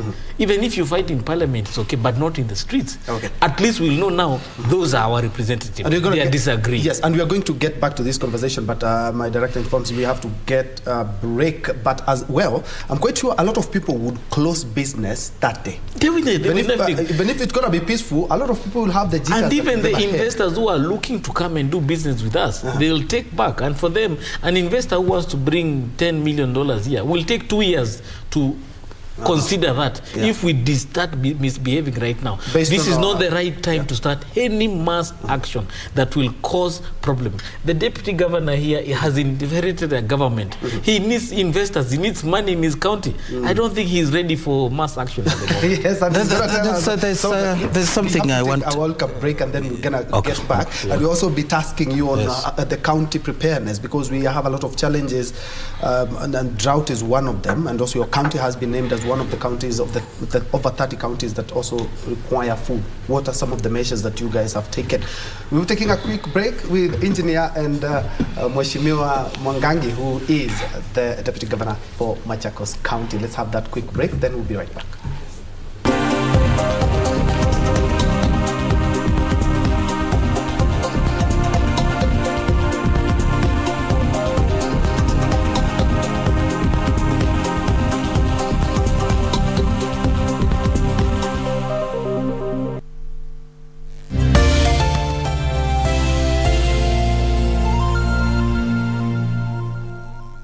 Kupata rudisha pesa za Masai kama sikiza tune yako, bonyeza *811 *962#. Iko mtu nasirisha mimi sana. Nasikia? Sema okay? Kama semi achukui, mimi napeleka pesa benki. Nafika benki, napatia pesa, alafu mtu mwingine nakuja na asema nataka loan, napatiwa ile pesa. Sasa mimi nashinda. Kwani mimi naleta pesa yangu wewe napatia mtu mwingine? Kupata rudisha pesa za Masai, bonyeza *811 *962#. *811 *962#.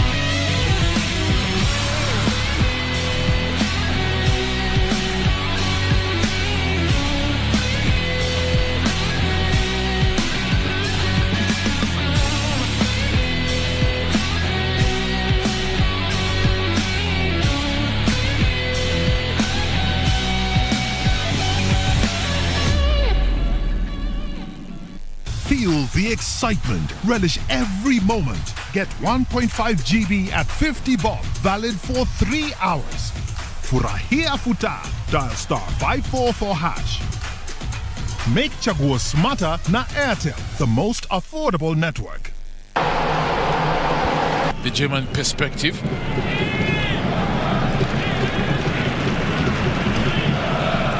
Certainly a point of reference in terms of anytime the Germans are looking for a chance to get a shot or build up from the midfield. Always wanted to look for him, and chance player. Not so much coming to the fore in terms of showing up something here, but at the edge of the box they've got a chance here. It was a situation of too little too late. The Japanese tried as much as possible to hope to get an equalizer towards the closing stages of the match. A messy run that needed a bit of scramble for it to be saved. Welcome to the Living Room Stadium. It's the FIFA World Cup. The match is about to start. Food and drink ready. There's no space left for anyone. Come on, get your lucky chair. Take your usual spot. Even the puppy has one. It's preparation time. You can feel the tension in the air. And do you have everything you need to believe?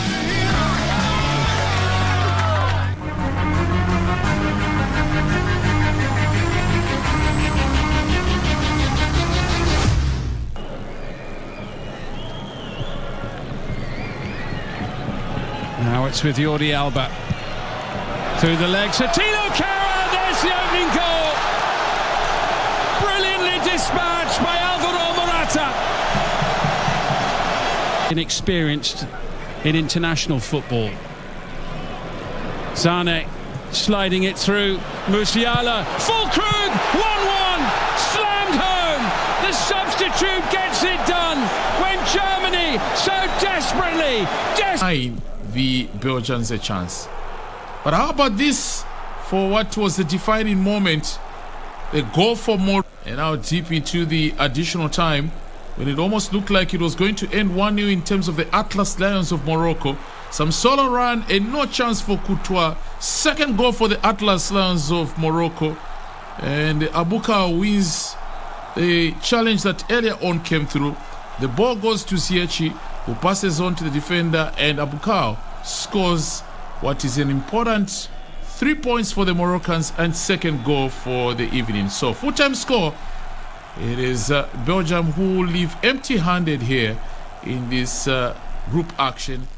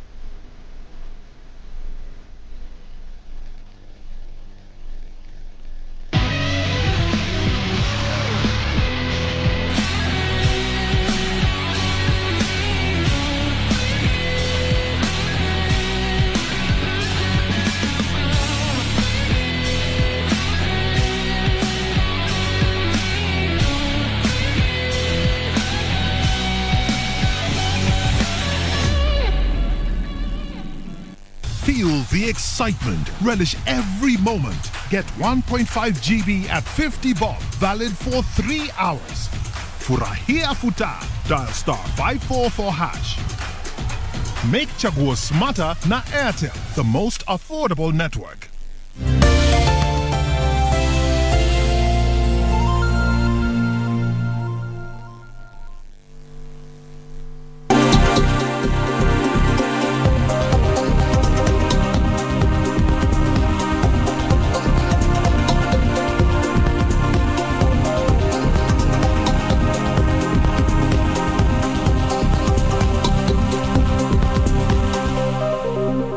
Welcome back. You are still watching News Check live from the broadcasting house here in the county of Nairobi. We are looking at the state of the nation, some of the politics and the socio-economic activities that have been transpiring in the last couple of days.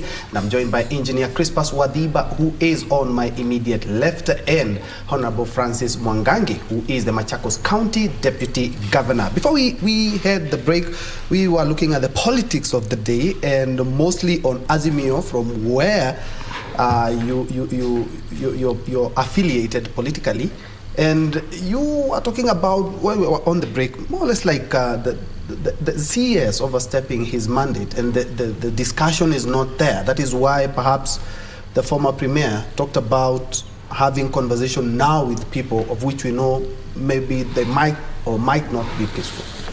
First and foremost, I want to tell our viewers, nobody among us here wants to disrupt another's life. Nobody would wish to disrupt in any way our businesses. Some of us are business people, and we would wish we have a peaceful environment for businesses to thrive. But again, we are concerned. Barely 2.5 months since the new administration came to power, the manner in which some of the pronouncements are being made, we are concerned as a country. Whether you are a deputy governor, MCA, or a member of parliament, it is good to know that in this country we have a constitution, we have laws, we have something they call in international relations the rule of law, which each one of us should abide with, so that we can coexist harmoniously. Why would you have a minister travel somewhere in Ukambani and you make a pronouncement, you are bringing military, you are bringing police, and you are bringing anyone else to flatten and do away with some squatters? In your view, you think they are squatters. Without that tension is cooled, you are here at it again, talking about importation of GMOs. You ask yourself, the last time I checked, that particular minister was Minister for Trade. Which business do you have talking about land and chasing people away? Okay. Come at the GMO. We know you are Minister for Trade. Which business do you have talking about food importation, which is the purview of Minister for Agriculture? That's what we are talking about. And then, within a period of time, within hours, we are seeing a minister in the same government responsible for what is being pronounced by another minister, disowning, saying even he doesn't have figures, he doesn't even know what is all this about. You know, now, where do you leave the country? Politically, you could have won well the leadership of the country. But now you are giving a card to somebody else who ideally should be resting and waiting to face you in a future election to stand and say, wait a bit, what type of decision is this? One minister says this, causes animosity in the country, and even the church is against what he is pronouncing. And I'm finding it difficult to believe that is the position of the government. I have difficulty in trying. There's a disconnect. Are you suggesting there might be a disconnect? In yes, a big one. A big one. Okay. And big still one. on Azimio, and still on Azimio politics, engineer, looking at, they are defending, more or less, they are defending the 4 commissioners who have less security of tenure because they have a 6-year term. And the court did pronounce itself, that is Apex Court, talked about, yes, there is a disconnect at the IEBC, and if at all we are going to another election, we should look at IEBC, shake it a little bit, but now Kenya Kwanza want to shake it completely and get these 4 commissioners out. And they are using parliament, where they have numbers. A few days ago, the Azimio leader, Raila Odinga, talked about how the Kenya Kwanza are digging deeper into his stronghold. More or less, could they even look for numbers? And if they have the numbers, they could exit the 4 commissioners. What I'll tell you is just to add on what he's mentioned about government. The position of the Prime Secretary, Cabinet Secretary, was brought in place to help ministers coordinate better. And therefore, I would wish the Prime Cabinet Secretary, Mudavadi, to take advantage of this opportunity and coordinate the government better in terms of communication. Let him put his cabinet secretaries in check and tell them for any issue to be communicated, for you to make any pronouncement, can it be in a way that we as a government work in a coherent manner? As a cabinet? As a cabinet. Because they are the ones who lifted the GMO. A GMO position is a cabinet decision. A decision to import is a cabinet decision. A decision to kick out squatters from Machakos is a cabinet decision because it's affecting people. And therefore, the Prime Cabinet Secretary has an opportunity to exercise his responsibility in that office that has been created to help in us Kenyans to appreciate that this government is working as one. Because the executive has to appear to act as one. And the other thing also, as we come to the issue of IEBC, Parliament is supposed to be an independent institution. And therefore, if there is a petition that has been brought by Kenyans, it has to be heard. It has go through the motions of being heard and recommendations made. If Azimio doesn't have the numbers in Parliament, they have to accept the decision of the many. But that is not the end of that decision. IBC commissioners will be subjected to a tribunal, and the tribunal will also make its own determination. They will be heard. So today, it's Parliament having their time. The tribunal will also have their time to make an independent decision, and then Kenyans will be able to make their own decision saying, truly, these people were being prosecuted for holding a genuine position or not. Because it could be either way. Either maybe they are being used by Azimio, but they are being honest. Or maybe they were part of Azimio. We don't know. So even as Kenyans, we want to hear, we want to understand the intrigues that happened during that election, as all the other parties are suggesting. We want to hear. We are very curious. That's something we want to understand. Because also we don't want to be with commissioners who definitely their loyalty is on another side. Honorable Mwangangi, you are from the Azimio divide, and the divide has accused Kenya Kwanza of digging deep into its supporters and also trying to lure some of the leaders from Azimio. I'd like to pick your mind on the same. First, it's democracy. Right? Yes. First, just an inquiry. Is engineer a Kenyan? Yes. And if he is a Kenyan, has he just landed to Kenya this morning? Because from his talk, it is like he is forgetting so fast and just picks what is now moving forward. By that you mean? We did an election. After that election, the executive pronounced itself on a particular matter. What has followed is the route that the executive has been pronouncing itself about.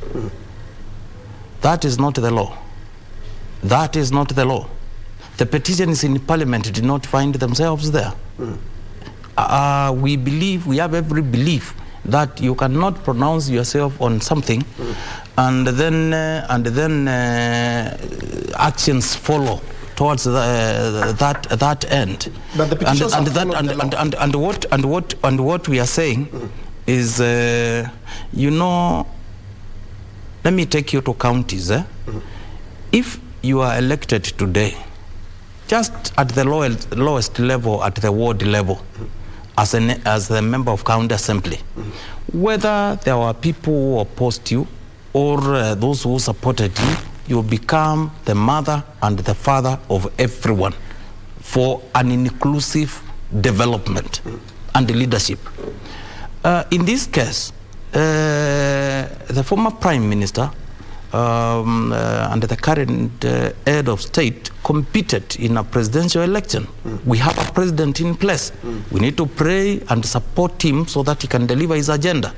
But now, when his administrations acts in a manner that appears to be vengeful, appears to be revengeful, in a way, you must... What do you mean by that? What do you mean by that? The fact that the four commissioners appeared to have a different position from the person that declared him the president, does not mean they go the process that they are going through. But that process, there are Kenyans who have taken those petitions to parliament. They are Kenyans, not politicians. What we need to agree on this table, before it was taken, there was certain pronouncements. Now I get it. Okay? Are you saying? Yes, like what I'm saying, if today, yes, the Mwangangi before being a deputy governor is a different Mwangangi once he is deputy governor. That is the point I'm putting across here. If I pronounce myself here, it means almost it is the voice of the Machakos County government, whether it is a perception, it is true or otherwise. Once you are elected as the deputy or chief cabinet secretary and you are in that office, you are different from the person who was campaigning out there. What I'm saying is the top leadership of this country should be bringing people together. When you try to be divisive and to push your agenda, then the other side will come into the aid. Let me squeeze it a little bit. What you mean is that these petitions have government written all over them? That is the perception, whether it is true or not true, because they have come after some people who had pronounced themselves and appear to be pushing for them. Okay? Now, these Kenyans, you are right, they have a right to take those petitions to parliament, but not after these public pronouncements have been meant consistently. And these commissioners have been meant to look like it is like they had no right to do what they did. Now, there is something else you need to understand about IEBC, and this is very important for viewers. This is like a reverie. Okay? We have political parties in this country who, by law, nominate candidates to go and run for political office. Now, the IEBC is the reverie. The IEBC is supposed to be neutral, does not supposed to lean on any side. Now, when we see one side of political divide pushing for a certain agenda, we have everything to get worried. By the way, I can cite many countries that have gone that route and it doesn't end well. I can tell you, it doesn't end well. This reverie must be tried. If we are competing amongst the three of us or four of us here, we must have a reverie that is trusted by each one of you. It is no longer about Raila Odinga. It is not about the president of this country. It is the neutrality of this organization called IEBC. Because immediately it appears that the IEBC is pro either government or that other side. It is a precipitate to something which is disastrous to the country. First, division. And many people will start now saying we are not a party to that. And as a country, that is dangerous. I'm concerned when you hear sections of this country start now talking a talk like what we had sometimes back, Mombasa, Republican. It is like we are not party to this. Why? We have not been getting development. Our people are not appointed to key offices. Let me give you another example. But Mheshimiwa, looking at IEBC itself, in as much as we wanted to be neutral, the court pronounced itself, that is the Supreme Court, and they ruled everything against the four who dissented the results that were announced. So, if at all you say that government could be seen that more or less like it's leaning on one side, what about the judiciary? That will bring in a lot of players who will be dragged into that mess, don't you think? And I would also want Mheshimiwa to answer this perception question that many Kenyans have, is that a good number of Kenyans perceive the four commissioners to be also inclined to one side of the political divide, and therefore they do not exhibit the independence that they are supposed to perceive or to promise Kenyans. How do you respond to that? Okay, it's very simple. That should have been dealt with in two ways. One, through there are agencies like NCIC. One, let me pronounce myself here that the 4 commissioners, if what they did it trying to side with one political divide, that in itself is a serious crime. NCIC should come in because that is dividing the country.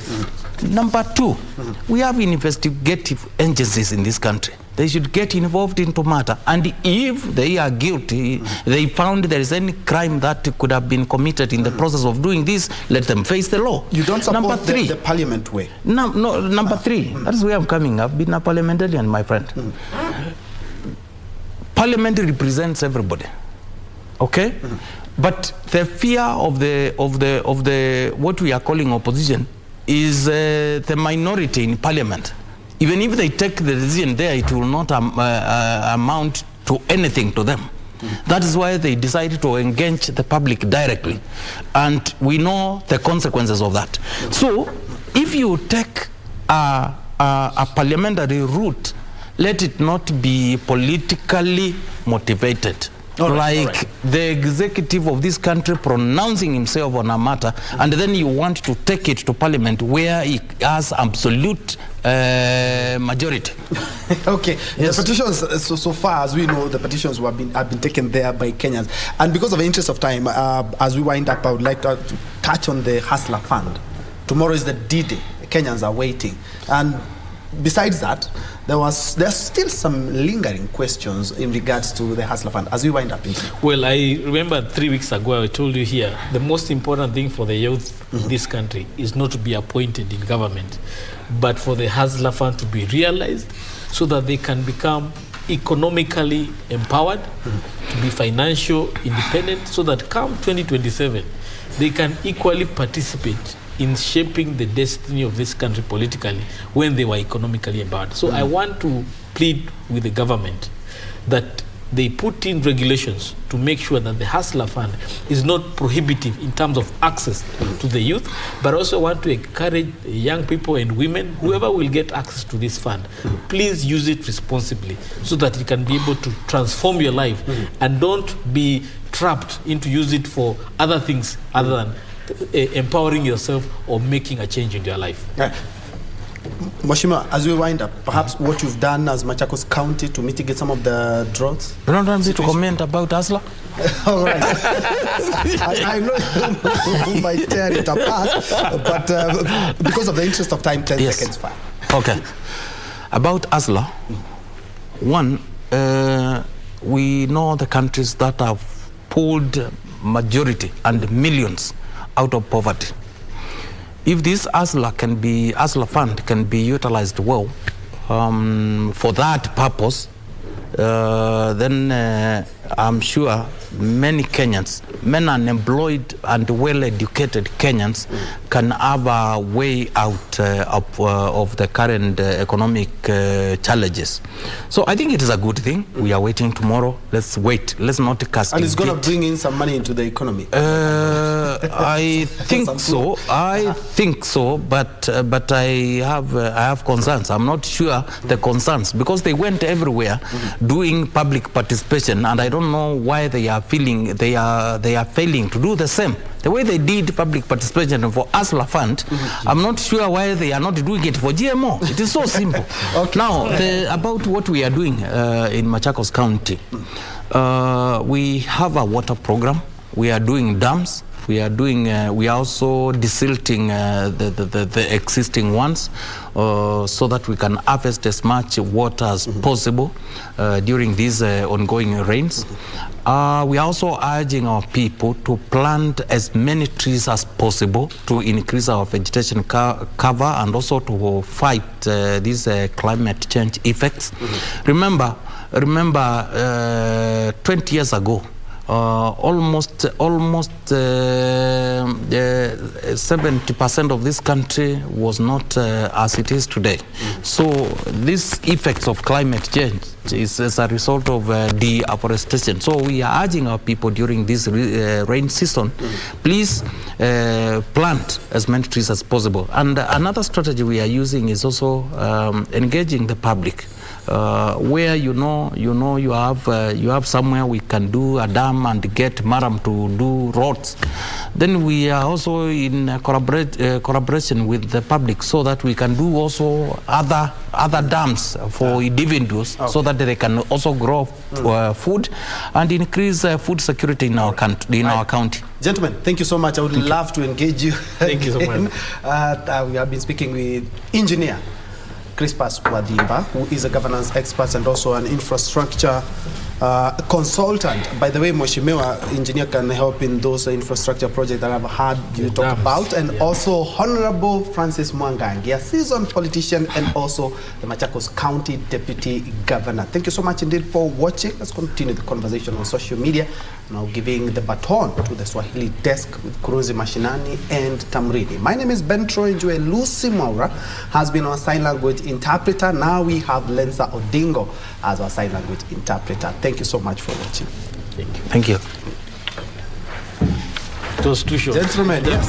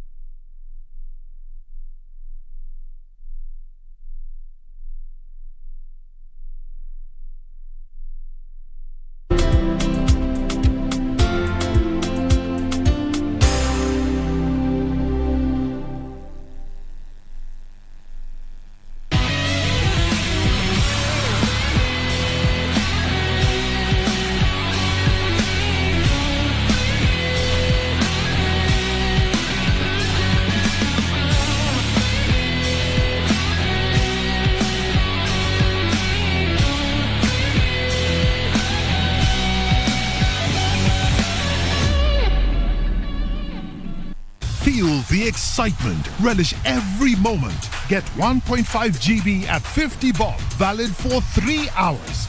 Furahia futa. Dial *544 hash. Make Chaguo smarter na Airtel, the most affordable network. The German perspective.